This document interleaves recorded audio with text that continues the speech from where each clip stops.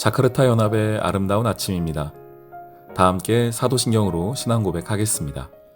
전능하사 천지를 만드신 하나님 아버지를 내가 믿사오며 그 외아들 우리 주 예수 그리스도를 믿사오니 이는 성령으로 잉태하사 동정녀 마리아에게 나시고 본디오 빌라도에게 고난을 받으사 십자가에 못 박혀 죽으시고 장사한 지 사흘 만에 죽은 자 가운데서 다시 살아나시며 하늘에 오르사 전능하신 하나님 우편에 앉아 계시다가 저리로서 산자와 죽은 자를 심판하러 오시리라. 성령을 믿사오며 거룩한 공회와 성도가 서로 교통하는 것과 죄를 사하여 주시는 것과 몸이 다시 사는 것과 영원히 사는 것을 믿사옵나이다. 아멘. 제11장. 그들이 예루살렘에 가까이 와서 감람산 벳바게와 베다니에 이르렀을 때 예수께서 제자 중 둘을 보내시며 너희는 맞은편 마을로 가라. 그리로 들어가면 곧 아직 아무도 타보지 않은 나귀 새끼가 매어 있는 것을 보리니 풀어 끌고 오라. 만일 누가 너희에게 왜 이렇게 하느냐 묻거든 주가 쓰시겠다 하라. 그리하면 즉시 이리로 보내리라. 제자들이 가서 본즉 나귀 새끼가 문 앞거리에 매어 있는지라. 그것을 푸니 거기 서 있는 사람 중 어떤 이들이 이르되 나귀 새끼를 풀어 무엇하려느냐? 제자들이 예수께서 이르신 대로 말한대 이에 허락하는지라. 나귀 새끼를 예수께로 끌고 와서 자기들의 겉옷을 그 위에 얹어 놓음에 예수께서 타시니 많은 사람들은 자기들의 겉옷을 또 다른 이들은 들에서 벤 나뭇가지를 길에 펴며 앞에서 가고 뒤에서 따르는 자들이 소리 지르되 찬송하리로다. 주의 이름으로 오시는 이여 찬송하리로다. 오늘 우리 조상 다윗의 나라여 가장 높은 곳에서 호산나. 찬송하리로다. 예수께서 예루살렘에 이르러 성전에 들어가사 모든 것을 둘러보시고 때가 이미 저물매 12 제자를 데리시고 베다니에 나가시니라. 샬롬, 자카르타 연합의 아름다운 아침입니다. 오늘은 마가복음 11장 1절로 11절까지의 말씀을 함께 보도록 하겠습니다. 예루살렘에 들어가시는 예수님의 모습이 그려지고 있습니다. 그래도 신앙생활을 좀 하신 분들이니 머릿속으로 좀 그려지시죠? 예수님이 예루살렘에 들어가실 때에는 무엇을 타고 들어가셨습니까? 나귀 새끼를 타고 들어가셨고, 들어가실 때에 사람들이 예수님을 격하게 환영했죠. 많은 사람들이 나와서 종려나무가지를 흔들며 자기의 겉옷을 예수님 가시는 길에 쫙 깔면서 왕이 오신다라고 이야기하며 호산나 호산나 외쳤던 그 그림이 아마 여러분 머리 가운데 속에 있을 것이라 생각합니다. 그 그림인데요. 함께 천천히 한번 살펴보겠습니다. 11장 1절 말씀입니다. 그들이 예루살렘에 가까이 와서 예루살렘에 오셨습니다. 예루살렘에 가까이 왔다라는 말에서는 예수님이 어떤 지리적으로 물리적으로 이동하여 예루살렘에 가까이 왔다라는 의미도 있지만 이 예수님에게 예루살렘은 어떤 의미일까요? 먼저는 회복되어야 할 땅이기도 하고 동시에 그 회복을 위하여서 그 예루살렘이 회복되기 위해서는 무엇이 필요합니까? 그 땅에서의 제사가 필요하죠. 마치 제사 드릴 때에 예루살렘에서 성전이 회복되고 예루살렘 성전에서 사람들이 회복되기 위하여 제물이 필요했던 것처럼 예루살렘의 회복을 위하여서는 예수님의 그 희생이 예수님 십자가가 필요했습니다. 예수님께서 예루살렘에 가까이 왔다라는 것은 이제 예수님이 자기 목숨을 드릴 때가 왔다, 가까이 왔다. 예수님의 제물 되실 때가 가까이 왔다. 이렇게 읽히는 것이죠. 예수님이 제자 둘을 보내십니다. 맞은편 마을로 가라. 그러면 거기 아직 아무도 타보지 않은 나귀 새끼가 매어 있는데 그것을 가지고 와라. 3절에 만일 누가 너에게 이렇게 하느냐 물으면 주가 쓰시겠다. 이렇게 말하면 그대로 보내줄 것이다 라고 말합니다. 이 주가 쓰시겠다 하라는 의미는 어떤 의미일까요? 여러분 아시는 것처럼 아브라함이 자기 아들 이삭을 잡으려고 하죠. 죽이려고 하죠. 제물로 바치려고 했습니다. 창세기 22장의 이야기인데요. 그때 하나님께서 이삭을 죽이지 못하게 막으신 다음에 그리고 나서 주변을 둘러보니까 숲풀 사이에 뿔이 걸려있는 순양 한 마리가 있었죠. 그리고 순양을 이삭을 대신하여서 하나님께 올려드립니다. 그리고 그 이야기를, 그 사건을 뭐라고 마무리합니까? 여호와께서 준비하셨다라고 말하죠. 여호와 이레라고 말합니다. 하나님이 그때부터 준비해 놓으신 겁니다. 무엇을 준비해 놓으셨는가? 그 양 한 마리, 결국 누구입니까? 대신하여 죽을 양 한 마리를 예비해 놓으신 거예요. 하나님께서 준비해 놓으신 겁니다. 저는 이 말씀, 주가 쓰시겠다 하라 라고 할 때에는 그 모습이 자꾸 생각이 나요. 하나님께서 하나하나 계획해 놓으시고 준비해 놓으신 거예요. 그래서 하나님이 그때에 맞게 하나님의 사람을 보내셔서 또한 하나님께서 계획하신 그 일들을 진행시켜 나아가는 겁니다. 하나님께서는 구원에 있어서 한치의 착오도 없이 하나님의 일을 해 나아가십니다. 하나님께서 계획하신 그 일을 하나님이 쓰시겠다 마음 먹으신 그 일을 행하시겠다 마음 먹으신 대로 계획하신 대로 그 일들을 진행해 가시는 것이죠. 오늘 이 예수님이 나귀를 타고 들어가시는 모습이 어떤 모습입니까? 사람들은 기뻐하고 드디어 왕이 왔다, 메시아가 왔다 라고 말하지만 예수님은 알고 계시죠. 그 걸음이 어떤 걸음인지요. 그 걸음은 마치 이삭 대신하여 그 수풀에 걸려있던 양이 죽으러 가는 길과 마찬가지였습니다. 이삭을 대신하여 죽는 양이었습니다. 오늘 예수님은 어떻게 가는 겁니까? 그 이스라엘을 대신하여, 저와 여러분을 대신하여 죽으러 가는, 예루살렘으로 들어가는 어린 양의 모습이지요. 그렇게 예수님이 예루살렘에 들어가십니다.